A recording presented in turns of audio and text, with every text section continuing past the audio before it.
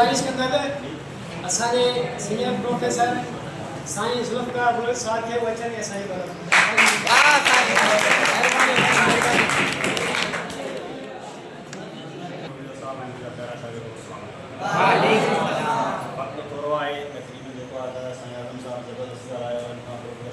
तमामु ज़बरदस्त ॻाल्हायो आहे पर थोरो हुन नाले सां ॻाल्हाईंदा छो जो करे अॼु जेको ॾींहुं आहे शाह अब्दुल लतीफ़ भिटाई साहिब जो उहो हिकु दुनिया जो अज़ीम शाइर आहे ठीकु आहे बिना पिनिया दर न पिनंदे पूरी न पवे उहो दर पिन जेको ॾेई न पचारे।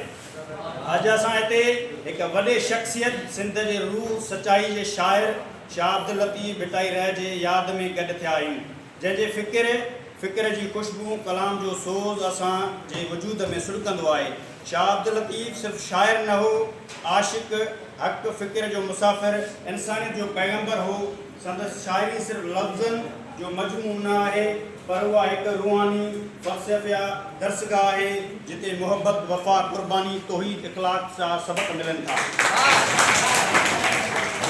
शाह लतीफ़ पंहिंजे बैतनि में जेको फ़लसफ़ो ॾिनो आहे उहो न फ़क़ति सिंध लाइ आहे पर समूरे इंसानियत लाइ रस्तो आहे। संदसि सुरमिन जूं कहाणियूं ससुई मारवी मुमल नूरी ऐं असुल ज़ाहिरी कहाणियूं न पर बातिनी हक़ीक़त जो इज़हार आहिनि। हू मुहबत खे इबादत बणाए पेश करे थो जिते आशिक़नि जी जिदोजहद रब जी क़ुर्बानी लाइ आहे। अॼुकल्ह दुनिया ख़ुदगर्ज़ी नफ़रत ऐं बेहसी जे वाट वठी रही आहे तॾहिं जो पैगाम नए सर जी ज़रूरत बणिजी वियो आहे।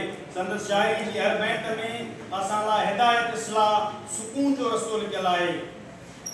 पहिरां त दोस्तो साईं शाह लतीफ़ चए थो सभई सॾु कनि अलाह खे पर को न करे वचन तंहिंजो थियो तन से तंहिं कन न कनि याने सिर्फ़ु ज़बानी दुआऊं कोन कजनि थियूं पर अमल सां अल्लाह सां तालुक़ क़ाइमु कजे।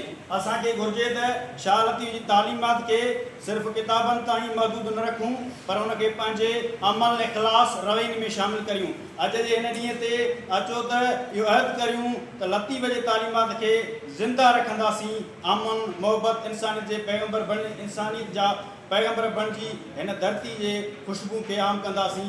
वाही वाह लतीफ़ सच लतीफ़ हक़ लतीफ़। अस्सलामु अलैकुम।